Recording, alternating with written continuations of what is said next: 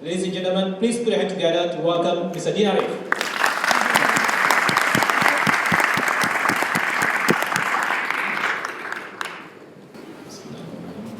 Assalamualaikum warahmatullahi wabarakatuh, and good afternoon to Yang Berbahagia Dato' Ng Lee Peng, Group Managing Director of Tomei Consolidated Berhad, Tan Sri, Dato', Datin, and distinguished ladies and gentlemen. Thank you for coming here on a busy Thursday afternoon to listen to my talk today entitled Silver, the Undervalued Investment of the Century. And I put emphasis on silver being undervalued for a reason. Okay, let me just put on my PowerPoint slide here. Okay.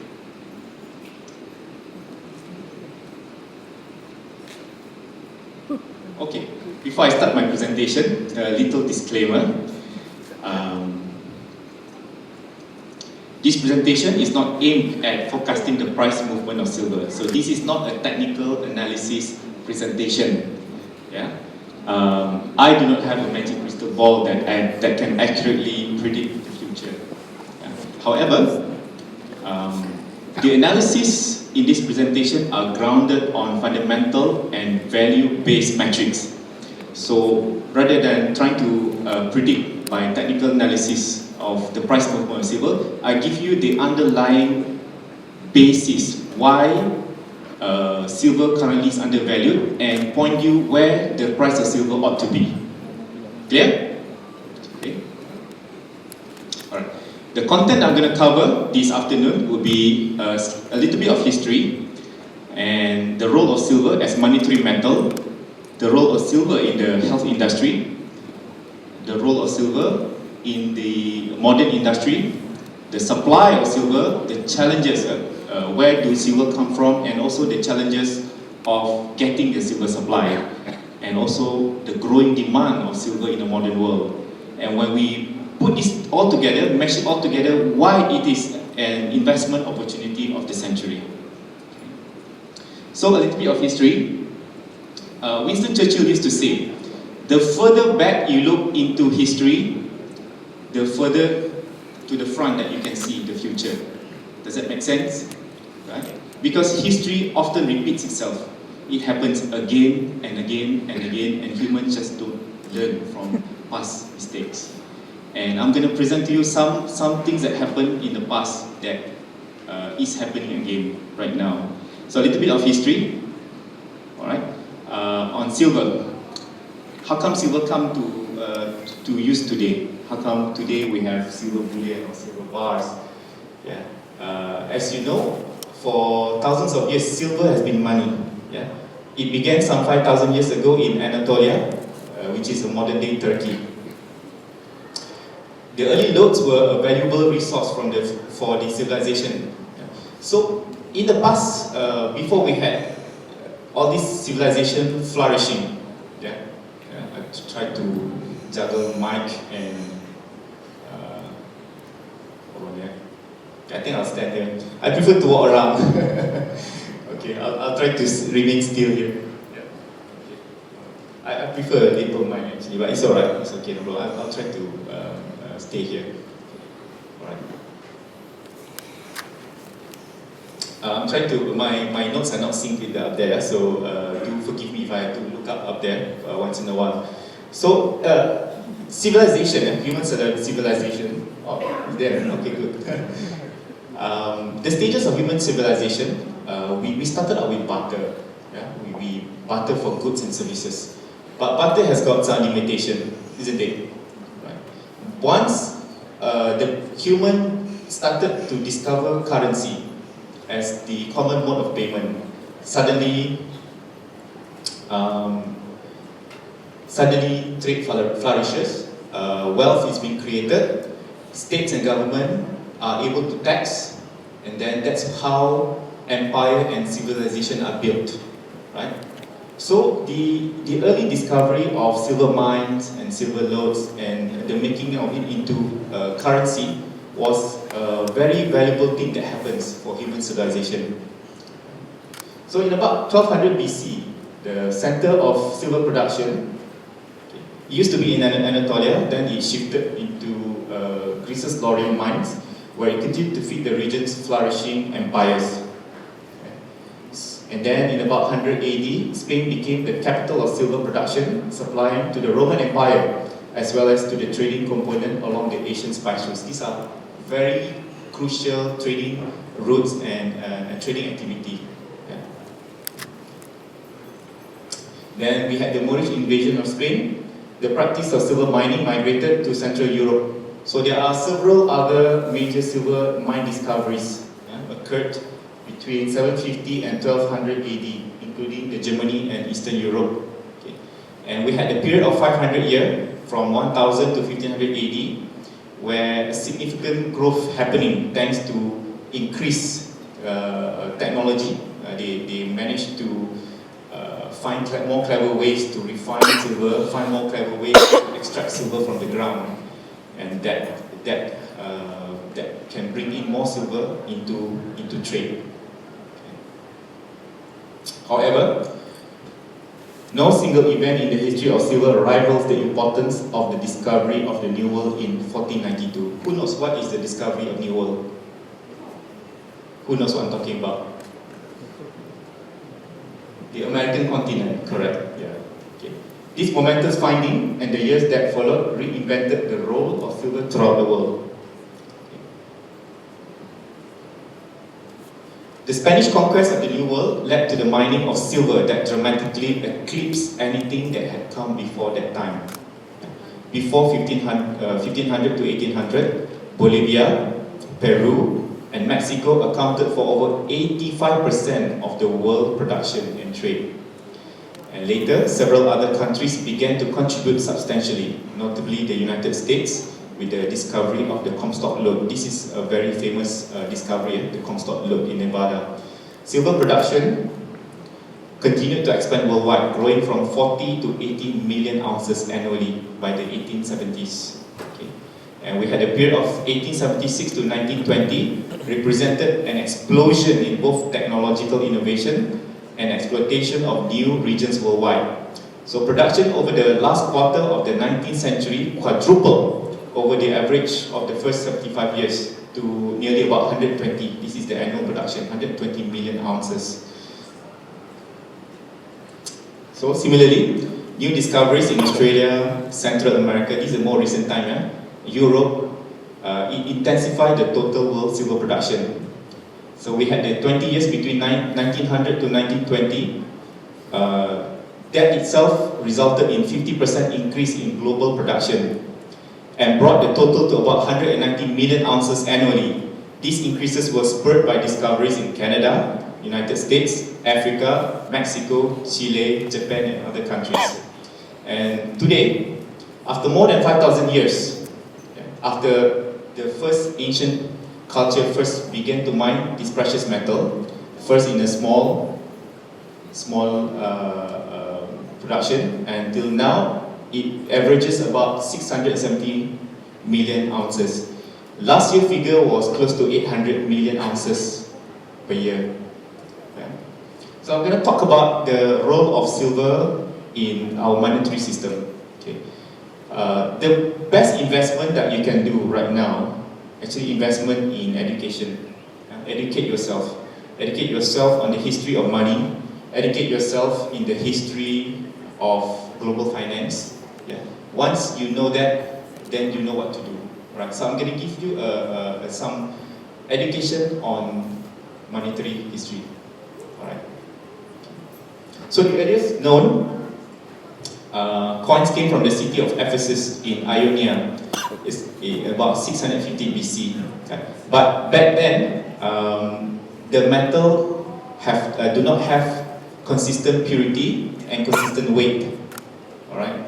So it still cannot be used as true money, because the definition of money, it needs to be consistent purity, consistent weight, needs to be durable, it needs to be divisible. All right. So this is the first attempt, human attempt of creating some sort of currency.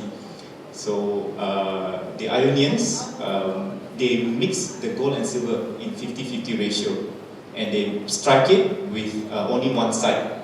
The face you see, is the lion and bull. That was the first coin ever discovered. Okay. Only a century later, Croesus, king of neighboring Lydia, and famous for his wealth, becomes the first ruler to mint coins in pure gold and pure silver instead of mixing it up. Yeah. So and he also minted it in standard purity and standard weight. So like the earlier coins, his are still stamped on just one side. They didn't have the technology to stamp on both sides back then. Yeah, it was only striped on one side. Okay. So and they also show the facing heads of a lion and bull. And then Greek cities to the west of Lydia and the Great Persian Empire to the east were quick to adopt the useful new technique of metal currency. By the end of the 6th century, coinage was common throughout the region. This was an important human discovery. Money. Yeah. Money was one of human greatest discovery that builds empire, that builds civilization, that gives us our modern day facility right now, the convenience that we have right now. Okay. Alright, like I said just now, if you can look far into the past, you can roughly predict what's going to happen in the future. Right? Because history repeats itself again and again and again. It amazes me. For thousands of years, it always happened, the same cycle happened again and again and again. Alright, and we as humans just don't learn. And once I show some of the history, you can start to relate of what is going on in our world right now. Okay, as I show this, you try to relate to our current scenario right now. Okay. So, Athens was the first major empire. All empire goes through the same cycle. There are 7 cycles. First, they had good sound money, and then trade flourishes. When trade flourishes, wealth is created. People are more wealthy, and then the state can tax the population. And when the state start to tax, the state will start to take on more projects. Back then, also they had public projects, public amenities, and then greed sets in. They go to war, right? So, why did Athens debase? Again and again, it's these 2 things, greed and war. And you can start to see this happening again right now as we speak all over the world. Right? So Athens became embroiled with its rival in a war for longer than anticipated. It was a long, drawn-out war for 22 years. And at the same time, while they were at war, they still built public works like those ancient architecture that you see. Back then, those were the white elephants of those days. You know, they were buying things that they don't need. They were building things that the people don't really need. At the same time, they go to war. Okay. So they were doing deficit spending. Sound familiar? Deficit spending, and the empire had a national debt. Sound familiar? Yeah. So to fund those budget deficit, what do? So they began to debase the currency. They were mixing pure gold with copper, right? So the state didn't have money, so they were going into war. They were building public amenities, and soon they were spending all the golds that there is in the empire. So after a while, they discovered, hey, we don't have enough gold. What do we do? So they become a little bit clever. They said, why don't we add in a bit of copper? Maybe people don't know. Right? So they began putting 50%. They began mixing half and half gold and half copper. Yeah, that it goes through that. Yeah, that's a coin or omatic. From 100 coins, when they mix up with copper, they get 200 coins. Yeah. So we had. So people find out, they were doing this again and again and again until that 50% gold becomes 25, becomes 12.5, becomes 10, 5, until virtually it becomes nothing but copper flakes. This is what happened. If the state continued to do this, what good can it do? What repercussion if the state continued to debase the currency? Anybody? If the state can continue creating, it's cheap for them to produce this denarii, this money, Instead of using gold, now they're using copper, but still with the same face value. What happened? And it floods the market. Soon people realize that when all these coins enter the market, enter the free market, people start to realize that this is not right, you know. And soon prices of goods and services went up, and inflation sets in. And when inflation sets in, people will be suffering. True or not? Yeah. There are some parts of the people will be marginalized. They will not be able to buy food. Yeah. And if it's happened bad enough, revolution happened, which happens to Athens. Yeah. The empire collapse. Usually, in any collapse of empire, they always do this thing. They always debase the currency. Yeah. Okay. So we look at Rome. Same thing happened. This is the next great empire. Again, why did they debase? Same thing. It's always greed and war. Greed and war. And this time they had unemployment. The Romans are like some of the governments that we have today. They have welfare system, right? For the poor or the unemployed gets their unemployment benefit. They had that also last time. Yeah? Because it was a democracy, they need to win votes, so they had to give candies to the people. So this is the candy that they were giving, the unemployment benefit. Where do they get the money? Where do they get the money to fund this? The war, the public works. Yeah? They also had an expanding army because they were going into war. They wanted to conquer new territory. They had public works also, big giant buildings. You know, they were building temples, big gigantic temples, all over the place. Do you see that happening right now? People building big buildings, tall buildings, public works they call it. Right? So relate that to what's happening right now. I'm not just gonna say Malaysia, but all over the world. Okay. So the Roman did it differently. Instead of adulterating the gold, they add extra zero to their coins. Yeah? Hold on, yeah? Okay. So you had 10 denarii. They say, okay, we need to increase the currency amount in our empire. So what they do, they just cut an extra zero. Lo and behold, that 10 denarii becomes 100 denarii. Kind of like you take out your 10 ringgit, the state will just add extra zero at the back. Lo and behold, instead of buying one plate of char kway teow, you can buy 10 plates of char kway teow. Just like that. But soon, it will catch up, isn't it? If there are too many of these, the extra zero or currency with extra zero circulating in the market, soon prices of goods and services will catch up. True or not? Yeah? That's exactly what happened. Oops. And that's the downfall of the Roman Empire as well. Yeah, greed, war, and the debasement of the currency. Okay. Now I'm going to move to modern times. Weimar Republic. Okay. So one of the most interesting cases in history illustrating just how bad the effects of currency creation can be is the 1924 hyperinflation that took place in today's the modern day Germany. Okay, all right. When World War I began, Germany went off the gold standard. They had a gold standard. They were using paper currency, but it was tethered or anchored to gold.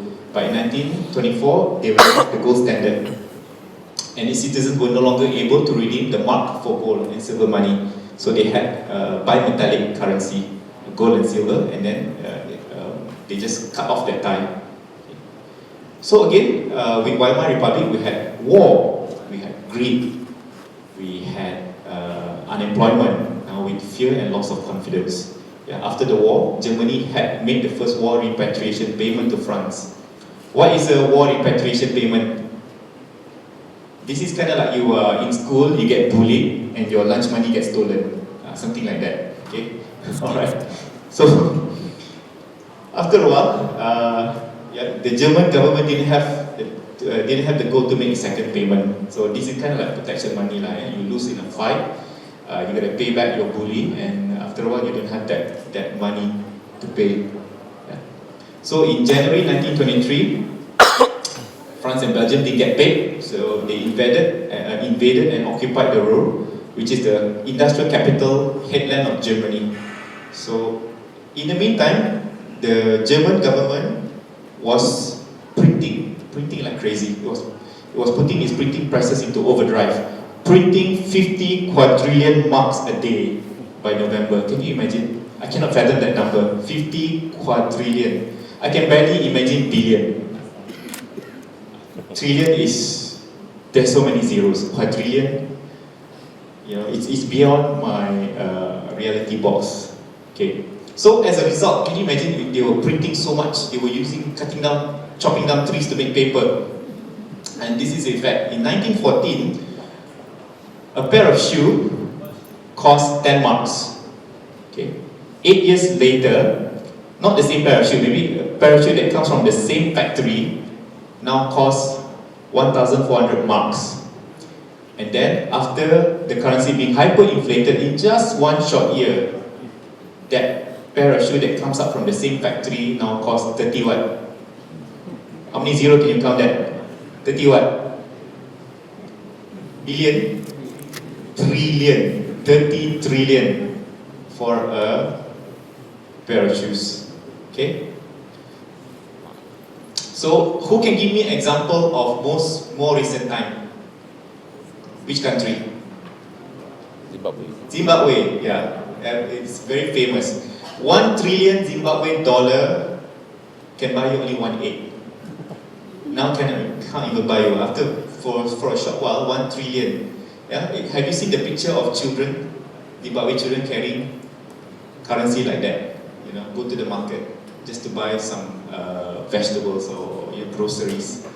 And the thing is, all currency, all fiat currency, is mathematically built in to do just that. Alright? I'm an engineer, I studied advanced mathematics, and when I look at the mathematics of currency creation, every currency in human history, every fiat currency have a 100% failure rate. It's 100% track record. Okay? So the only currency or money that doesn't suffer the same fate is what? Yeah, louder, the gold and silver. Alright. So for 5,000 years, gold and silver has never failed. What currency do? Every single currency, you go from A to B, half a B, there's about 600 over currency in the world. If you study the history, they all go to zero. Right? So why, I want to go back to why human civilization choose silver and gold as money. Why it was the perfect form of money. Okay? The one that you have in your pocket right now. If I have some. Okay. This is good for a while. Okay? I'm not here to insult anybody or government. It's just to show you that this is good only for a while. Okay? It's got expiry date. It's not written here, the expiry date, but mathematically it has an expiry date. When you will feel it in your skin. Alright? You know it. Okay. Alright. Why was silver chosen? By nature, okay, silver is a monetary metal by nature because it has a certain quality. If you look at the Bible, the scripture, a lot of the scripture, the Bible and the Quran, silver is mentioned first as money. Silver, not even gold. Silver was mentioned as money. Okay? Alright. Because silver is malleable. What does it mean by being malleable? Yes, it's soft enough. Yeah? You can bend it, you can shape it. So malleability is a relative softness that allows silver, like gold, to be pressed into coins with ease. That's why you see those maple leaf. They are very beautiful. Don't you think so? It goes through a process where they flatten it, they die cut it. After that, it goes through a mold to give you that beautiful design front and back. If silver is hard like titanium, you will not be able to get those nice design. Yeah? Silver gold will be able to give you those beautiful design. If it's steel, maybe a bit difficult. You will not get that intricate design. Okay. So silver is so soft that it can be hammered so thin that 100,000 sheets of silver wouldn't stand higher than an inch thick. Okay, it is soft enough that you can press it down, so thin, like a paper, and yet it will not tear under its own weight. It is soft and yet strong, silver and gold. Okay. So the next property that makes silver as the perfect form of money, it is divisible. You can actually cut the silver. You take one of those maple leaf, you cut it into half. The other half will have half the value of the other half. Correct or not? If you take a gold bar, 1 kilo gold bar, you take an axe, you chop it into half. The other half got value or not? The other half got value or not? Okay. You try to do that with ringgit. If I tear this, I make payment to you. I tear this, I give you 50 ringgit. I give you 50 ringgit. Can or not? Can or not? Alright. That's why they had to print smaller denomination notes to make it divisible. But silver in itself is divisible. Silver and gold. Okay. Plus, you see some of the gold, the maple leaf. I saw some 1 troy ounce, and you can also get 1/10 of an ounce. It is also divisible. The state or the mint can mint it in a smaller denomination. So they take the trouble of you cutting it. In the past civilization, they actually physically cut it, and it's still laku. You know, the gold and silver, when you cut it, it is still acceptable in the market. But Royal Canadian Mint have taken the trouble. Instead of you cutting it, they come up with a smaller denomination. They even have the 1 gram beautiful button, so you can just buy from that small instead of cutting it. Okay, the third one, why silver or gold is good as money? It is consistent. Okay, 1 troy ounce in my pocket, same weight, same purity, will buy the same amount of things as the 1 troy ounce in your pocket. Yeah? Say, if you have 1 troy ounce in your pocket right now, that can buy 1 cow. You are in China, and I'm here in Malaysia. 1 troy ounce can also buy 1 cow also. So it is consistent. Atomic structure is the same. That silver can come from anywhere in the world. It is the same. Got it? Yeah? Okay, another thing, silver has got intrinsic value. Paper got or not? If, touch wood lah, if anything happened to the Malaysian government and cease to exist tomorrow, will this have value? During the time of Japan, when Japan was in Malaya, Japan lost the war. There's a lot of banana money circulating around. When Japan left Malaysia, those banana money, has it got value? No. Alright. Had they used silver, even if they go in and out, that silver will still have value, true or not? Okay? So, silver has got intrinsic value because of its usage, because it is desired. Another property of silver that's not present in other metal is that silver is very durable. Okay. First, we talk about its temperature durability. If you have a heap of silver at home and a heap of cash, and your house got fire, alright, which one do you think will last, will survive the fire? The silver or the cash?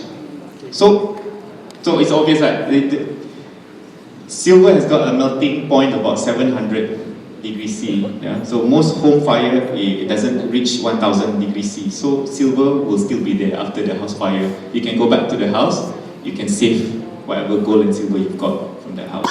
Another thing, silver does not corrode. It will oxidize, but it doesn't corrode, unlike steel. See, one thing, if you some of you are silver bug, you have silver, you bought some silver, you notice that after a few years, it will tarnish, it will turn yellow or it will turn black. This is the oxidation layer. And that oxidation layer itself is very important. Don't look at it as something ugly. That oxidation layer is a protection film. Silver oxide is very strong, it forms a protective layer. So oxygen will not be able to oxidize the bottom layer. Unlike steel, if you have iron or steel, it gets rusted, the top layer of the oxidation will peel off and expose the new layer underneath, and the process of corrosion will continue until that bar of steel or bar of iron will be nothing left. After many years, it will be nothing left but dust, and the earth become red. But for silver, it will oxidize the top layer, and that's it. And it can remain like that for thousands of years. Okay. And gold doesn't corrode at all. At standard room temperature and pressure, 1 atmospheric pressure, gold does not oxidize at all. Silver will oxidize a little bit, but the oxidation layer itself is very, very useful. Okay, all right. So that's why it's been used as money. Another property of money, it has to be rare. Right? Can you use banana as money or not? Can you use sand as money or not? Because it's abundant, it's everywhere. So for it to be used as money, it has to be difficult to obtain, it has to be rare. So all the silver that has ever been mined throughout history, if you can place it all in one place, it will only take up a space of 52 cubic meter. Alright? It is only 52 meter high, slightly shorter than Big Ben in London. Okay? That's how much silver that has been mined throughout history. It's only that much. So, I'm not sure whether it's clear. Alright. On the earth crust, this is not the total earth, only on the top layer, the crust, you have to dig up 12.5 tons of earth just to get 1 gram of silver. You have to dig up that much earth just to get 1 gram. Can you imagine? 1 troy ounce? The amount of work is being put to get that. And if you buy that 1 troy ounce for even 100 ringgit, I think it's really, really undervalued for the amount of work that's been done to extract it from the earth. If you talk about gold, it's 10 times. You have to dig up maybe 130 tons of soil, of earth, just to get 1 gram of gold. So it's very, very rare indeed. Okay. Now I want to talk about the application of silver, and not only as jewelry or money. In the past, this is something that is lost in the modern world. Okay. In the past, even during ancient time, and for thousands of years, silver has been regarded as a versatile healing metal. Okay? In ancient societies such as Greece, Rome and Macedonia, silver was used to control spoilage, infection and illnesses. Silver has got this amazing property to kill bacteria, to kill germs. Okay? I want you to Google up colloidal silver. Okay? Colloidal silver is something that is not really talked about in the mainstream market, but it has got these antibiotic properties. I'm not here to give you medical advice or to mislead you. If you're a doctor, I'm so sorry, but please do look it up, do an independent thinking, that it could be in the future of antibiotics, people will be using silver ions. Yeah? So silver ions prevent bacterial growth and speed healing. It speed up healing time. It can be found in everything from bandages to eye drops to newborn babies. Eye drop for newborn babies. This one, I just checked my toothbrush at home. Okay, this is interesting application. This is called antibacterial nano silver. So you see the bristle of the toothbrush is infused with silver. Okay, so that you don't get the funny green or black stuff growing on it. Yeah, disgusting, right? If you see some green stuff. This one will not. And this toothbrush theoretically should last you longer and should not harbor any germs. Would you like to brush your teeth and not knowingly there's germs inside there, especially if it's near the whoosh, right? So this is a very interesting application of silver, right? Okay, you may not be able to read that. So in the past, silver was used to prevent illness. Yeah, during the bubonic plague, wealthy people, rich people, royalty, they ate with silverware, silver dishes to protect themselves against disease. Right? There's also another reason why the rich people were using silverware. What was it? When they were eating, they were using silverware. What was the reason? Yeah, antibiotic, it kills germs. What else? Check for poison. Exactly. If there's poison present in the food, the silverware will turn black color. That's true. Okay, so that will save these people from being poisoned, right? So that's why the rich in the past, when the babies were born, it is also a common practice to put the silver spoon in the mouth to prevent bacterial growth, to prevent germs. So that's why you get this saying, somebody born with a silver spoon in the mouth. Okay, this is where the phrase comes from. Okay, only the rich can afford to have silverware and prevent illness by putting silver in the mouth. You know, it's been done many times. It probably worked, you know. All right, and now they have scientific proof to show that it does work. Okay. And for traveler, when they travel long distances, they carry dairy product or milk. They actually put silver dollar in the bottle of milk, and it can last twice longer because silver will kill off the bacteria that causes spoilage in milk.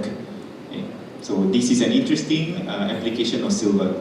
Okay. Now next, I'll talk about silver in industry.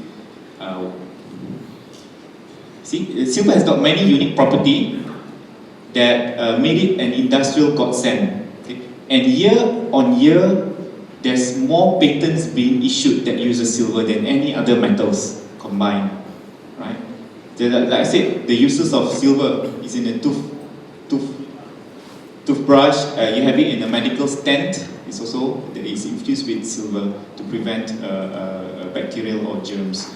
Okay. When I was in school, I always thought that gold was the best conductor. How many of you learned that? Well, in school, in high school, you were taught by your teacher, oh, gold is the best conductor, a thermal and electrical conductor. When I went to university, okay, I learned thermodynamics because I was an engineer back then. I realized that at the top of the table was actually silver. That shocked me. You know, silver is the best. It has the highest conductivity, thermal and electrical. Okay. Interesting also, silver has got the highest reflectivity. In that narrow spectrum of visible light, three metals reflect very well, which is gold, aluminum, and silver. But silver reflects most of it. Okay. So most of you have silver since you were young at home and you don't even realize it. Okay. The moment you wake up in the morning, you go to the bathroom. Most houses have got what in the bathroom? When you want to brush your teeth, what do you look at? Look at the mirror. Your mirror is made of silver. There's no other metal that can be made. Yeah? Every mirror in the world is made of silver. You don't realize that you're looking into silver. Okay. You know the CD or DVD, the reflective layer, that's silver. And sadly it gets thrown away, it doesn't get recycled. Right? Your mirror also, once it is broken, you don't recycle the silver in there, just throw it away. Interesting, yeah? Okay. And some people I know cannot live without mirror. Right? So they cannot live without silver. Yeah? Over the past 100 years, we had the Industrial Revolution.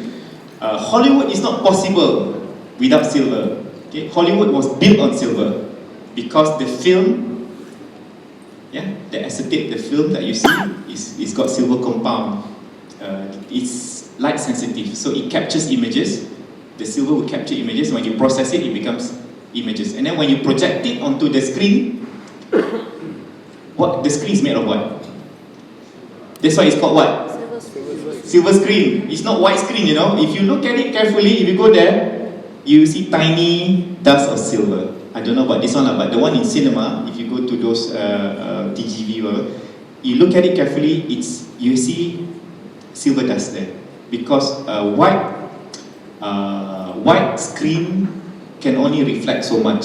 But to get a high definition and good quality image, it has to have some silver on the screen. So that's another application. Yeah. So it found its way over the past 100 years, photography, mirror, electrical connection, chemical catalysis, solar panel, water purification. How many of you here got water filter at home? Maybe 3 stages or 6 stages water purification. The final stage of your water purifier has got some carbon and activated carbon and silver. Okay, that silver kills bacteria. Interestingly, only 2 metals that can kill bacteria very well: copper and silver. Copper, unfortunately, will poison you. Only silver will not poison you. So if some of that silver gets into your body, it's actually beneficial for you. If it stays in your body, it kills all the other bacteria. Okay, it doesn't harm you at all. Okay, amazing.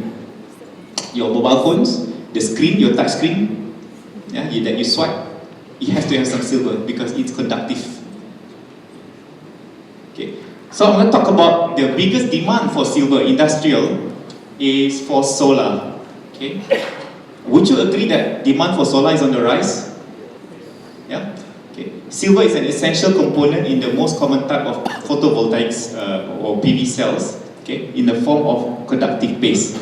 The top layer is a germanium alloy to convert sunlight into electrons. And once electrons go to the bottom layer, you need that silver paste to capture and transport that electron to produce electricity. Okay, I hope it's not too technical. Do you get it? Okay, that's why silver is important to carry those electrons out of the top layer. All right, so, and it goes into the batteries or into an inverter. Okay, so for every 1 megawatt of electricity produced using solar, it needs about 3,700 ounces of silver. Okay, I don't know whether we have 3,700 ounces of silver today in the showroom. Do we? Can you imagine that much of silver is needed to produce 1 megawatt of electricity? Okay. So the solar energy sector consumed approximately 2 million ounces in 2001 alone. So that was not so much. And then about 10 years later, it was consuming 50 million ounces. 2011, it was 17 million ounces. Today, it's over 100 million ounces for solar. Do you agree that solar is here to stay? Okay? Because human beings, we don't want to burn fossil fuel for energy anymore. We are tired of that. It's very destructive to Mother Earth. So countries and people over the world, they are looking at alternative energy. Yeah? The most viable right now is wind and or hydroelectricity or solar. Okay? So demand is expected to go up. It's nowhere but go up. Right. And then the next application, important application, is RFID. Okay, RFID stands for Radio Frequency Identification Tags. You already have this in your toll tag. If you have pet, dog, if some country is mandatory for you to inject that RFID tracking. And in your car, you also have it as an anti-theft device. Okay, and RFID tags are far superior than barcodes because it doesn't need human intervention. Can you imagine one day you'll be able to go to hypermarket, you load all the stuff that you want, your grocery in the trolley, and instead of queuing up at the cashier counter, because you had to scan by barcode, but in the future you don't have to do that anymore. You just walk through a scanner, it will just ka-ching, ka-ching, ka-ching, give you the total, and probably on that day itself, you will take your wallet has got or your card, your credit card, your debit card will have the RFID. So it's already have, some of the issuing bank already have. You just wave it, that's it. You're out of the grocery lane very fast. In and out of the grocery store very, very fast. Wouldn't that be convenient? I don't like queuing up, especially month end, gaji time. You have to fight with other people queuing up very long to pay for your grocery. Okay? This is already in motion right now. They are producing this. Because in the past, it was not so economical. Yeah. Now they found a way to make RFID cheaper by, instead of having a power source, it resonates. It can resonate by printing a thin layer of silver in the form of like a silver ink. Yeah. So the silver needed for that is very thin. So versus the price of the product, it makes sense for them to put in RFID tag, to print an RFID tag on the goods. Yeah. So it is set to replace barcode immediately. As we speak, it is happening right now. Okay, moving on quickly. The next one is brazing alloys and solder. Okay, pipe joints, right? For heating or even food production, they use a lot of silver as the brazing material. One property about silver is that once it cools down, it forms a very, very tight, leak-proof, and it's very tight, it's very durable. So it is being chosen in automotive or industry, okay? Especially if it's food production, okay? Food grade. If you look at some factory producing food, like milk and all that, all the piping is brazed with silver because it is food grade. It is non-toxic. So it is expected to grow. This is, I'm just going to touch one important application, which is the ethylene oxide. Bear with me, I know some of you are not chemical engineer like me, so you wouldn't know what ethylene oxide is, you have no clue. But this chemical plays an important role in your daily life, you don't even know it. Okay? It is a compound of wide range application. Ethylene oxide can only be produced with silver catalyst. Okay? I'm not going to talk about the chemical reaction here, I'm just going to skip. Okay? It is ethylene oxide is a critical compound in the production of products like detergent. You all use detergent at home, yeah? Thickener and solvent. But 3/4 of ethylene oxide consumption involve ethylene glycol, a derivative. Ethylene glycol is used in huge number of consumer products, including antifreeze, polyester, your clothes, some of your clothes, synthetic fiber. They use ethylene glycol. Paints, inks, plastic. Most of the plastic, your cosmetics, even it finds its way in pharmaceuticals. So ethylene glycol is crucial to the modern society. And ethylene glycol cannot be produced, yeah, interesting enough, only silver. Silver is the only catalyst that can turn ethylene into ethylene oxide and ethylene oxide into ethylene glycol. If there's no more silver, you don't get the modern convenience that you have right now. All these plastics are all made from ethylene glycol. This laptop, okay, right? It is linked to silver, okay. Now we talk about where silver come from and why we're having a challenge right now in getting silver supply. Okay, silver today, not like unlike last time, it's mined only as a byproduct. Okay. Silver is typically mined as a byproduct in polymetallic deposits. I will explain what this is. Alongside other key metals like lead, zinc, gold, and copper. In the past, there's a standalone silver mine. You operate that mine solely for the silver. But now, those silver mines are dwindling. Those silver mines are becoming extinct. So most of the, over 70% of the silver that you get today are mined from, as a byproduct. So when this mine, say mine gold or lead or zinc, that is the primary metal. Silver is only the byproduct. Okay, you see see how important this is, you know. Okay. There are less and less silver mine going around, being discovered also. Okay, and most of the silver comes from this continent, the America, from Canada all the way down there to the tip of the American continent. Okay. So the biggest silver mining countries in 2013 were Mexico. In 2013, Mexico produced close to 170 million ounces in that year, followed by Peru, okay, followed by China. Okay. China is one of the largest, but they still import silver. Even though they produce a lot of silver, they import silver. They're clever enough. Silver don't go out from China. Gold also don't go out from China. They bring in. Gold do not go out. Okay, all right. Watch China, what they're doing. Australia, no surprise. Australia is a commodity-based country. They produce gold. They produce a lot of minerals. They produce silver. Silver is one of the highest, one of the things that they export. Russia, okay. Russia, still a lot of land in Russia has not been discovered. A lot of mines have not been discovered. So Russia can also potentially produce more silver than recorded. Okay, just gonna go down to this. All right. So most of these countries are located in the American continent. Argentina. Who knows what's the meaning of Argentina? Argentina means Argentum. Argentum means, yeah. So it's a silver country, just like we have Perak, a silver state of Malaysia that used to produce silver. Okay. So 2000. Just pay attention to the last bar chart. The last bar chart is 2013. So in 2013, the production of silver worldwide was 800 million ounces. Remember this number, 800 million ounces in 2013. 2014 was also round about there, 800 million ounces. This year is set to be lower because there are less silver being discovered.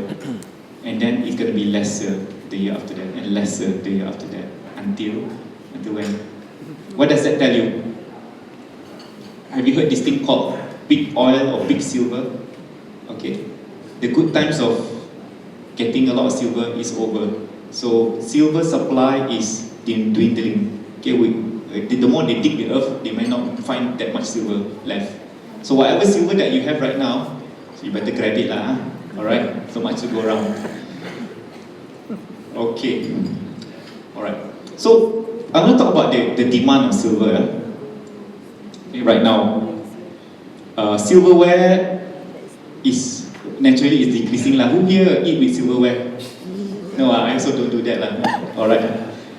If you have those are probably showpieces at home. You don't actually use it. Yeah. One day you might want to take out and use it lah. You never know if the silverware turns black. You know lah what we may put inside there.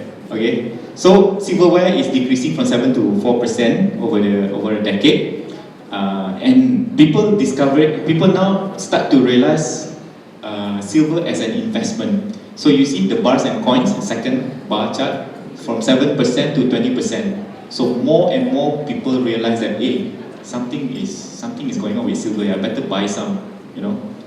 And photography naturally is reducing because we have what right now to replace digital camera, right? So those company producing this, it's a sunset business. Okay. All right. Jewelry did not decrease from 21 to 18%. So jewelry actually remains stagnant. It's about hovering about 20% of silver production. It's about there. Okay. So I will explain to you why maybe it's set to go up. Silver jewelry is probably going to go on the rise. Okay. Industrial fabrication naturally is going to go up because they find more and more users of silver. All right. So just going to talk about coins and bars demands. What you see behind you, those are coins and bars. And the demand has been exploding since 2009. Prior to 2008, nobody bothers. It only the annual production of silver to make into coins and bars are only about 50 million ounces worldwide. And then suddenly 2009, when silver becomes a bit more volatile, when silver comes into human consciousness, suddenly it exploded. And 2013 sale was 245 million ounces of investment grade silver being sold. Okay, this is the top 3 coins right now in the world. The top 3 popular coins. This is a legal tender, silver bullion. Top of the list is American Eagle. Second is the Canadian Maple, and third is the Austrian Philharmonic. And you see that the sales. Look at the bar chart. Don't look at the numbers. Year on year is on the increase. Okay, and this year, because I'm in the silver market, these mint have challenges to supply. Okay, there are sometimes the US mint, there are some months they have to actually stop production because there's not enough silver they don't get enough raw silver to produce the coins. Okay, and we will see this trend happening. It's not easy. There's a silver shortage right now, but demand is going up. Right? If more of you suddenly tell your friends to buy more silver, we'll see a spike in Canadian Maple Leaf sales. Okay, I'll talk about jewelry. This is another choke factor, right? Okay, in India, I'll talk about India quickly. So it has increased. And I'll tell you why in India silver jewelry is on the increase. Okay, I'm just gonna show this chart here. Okay. Last year alone, a record of 7,000 over tons of silver being shipped into India. Okay, because India got this problem. Their population is growing. India's population is growing, and their per capita income has also been growing. People there got money. They want to buy gold, but there's an import restriction of gold in India right currently. So if they cannot get gold, what do? They go to the next best one, which is silver sales in India has been booming for the past 1 year. So if you have a way to sell silver in India, you'll be very, very prosperous over there. Yeah. So Tommy, you can think about supplying silver to India. They can't get enough of silver in India. They have restriction. They have restriction on importing gold, but they don't have for silver. Okay. And people there go for silver. Okay. This is the exponential growth demand for solar worldwide. As you can see, 2013, and you see the 2014 and 15 chart is I cannot fit it in the PowerPoint slide. It's even higher than that. Okay, it's exponential. It's mind-boggling. Okay, so I'm gonna. I hope. Did I exceed the time? No, good time, huh? Okay, some of you are hungry. You can smell the food already. All right. Okay, I'm just gonna finish up very quickly. Okay, here's the first few slides, few final slides that I'm gonna show off. Okay, why is silver an investment opportunity of the century? Okay, historically, for the past 5,000 years, okay, the ratio of gold to silver has always been 1 to 15, on average, 1 to 15. Okay, there's a reason for that. Incidentally, on planet Earth, for every 1 ounce of gold that you find, that you dig up, you can find 15 ounces of silver. So it's a natural ratio, 1 to 15. Some scientists argue it could be 112 or 119. I don't want to argue with the number, but I take the average 1 to 15. Alright. So for the past 5,000 years, can you imagine? 1 ounce of gold can get you 15 ounces of silver. Okay, where are we today right now? Okay. Don't pay attention to the... for the past 50 years, the average gold to silver ratio is 1 to 50. So it's really skewed. It is very distorted. And it is more distorted this year. 1 troy ounce of gold can get you 75 silver. Can you imagine if it goes back to its natural ratio, which I believe it is. Right now it is being manipulated, this price right now, 1 to 75. It cannot sustain at that level. It will go back to equilibrium, and I believe it should go back to its natural ratio of 1 to 15. If you were to buy silver right now, imagine if it goes back to its natural ratio. Okay, so that's why I said this opportunity will not come again maybe for the next few hundred years. In this century, this is a very good opportunity right now because silver has always been 1 to 15. Okay, if you adventurous enough, you look at the the Canadian gold maple leaf. Did you see the face value of the gold maple leaf just now? Anybody can tell me what's the face value?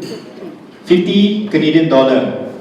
Correct or not? Correct or not? 50 Canadian dollar on the 1 troy ounce gold. Correct, huh? Did you notice the silver? How many dollar? $5. $50. Sorry, $50. This $50 is gold actually. Okay. For silver, it is actually $5. You look at it again. $5.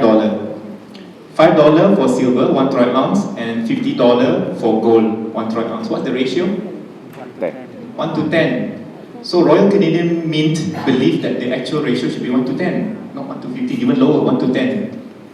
Right? This is historical. Why did they put $50 for gold? Why did they put $5? If it costs more than that, why did they still put 5? It's for historical reason, because at that time, during the good old days, many decades ago, it used to be $5, and you can buy a lot of things with $5. Okay, you can buy, what can you buy with $5? 70 years ago, right? You can buy a lot of things. Okay.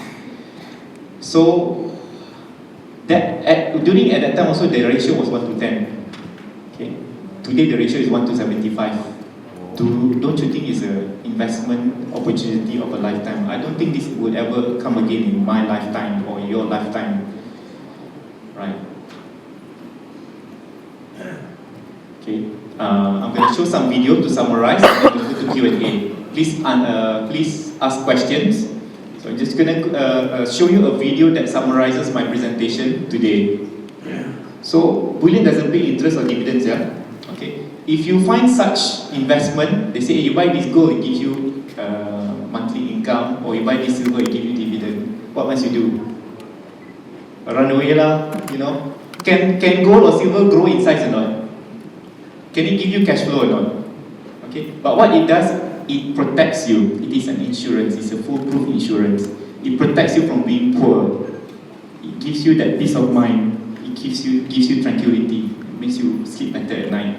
Yeah, that paper stash that you have, this got expiry date. Can you sleep if you have a lot of this? Actually, no. You should keep more gold and silver or jewelry.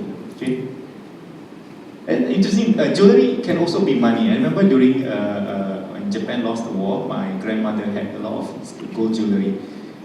She had to go buy grocery, and she was cutting the gold jewelry to buy grocery. It can also be money. Okay, can you do that with paper? Cut pieces. I want 10 cents. Can or not? Okay, I'm just gonna show you a video.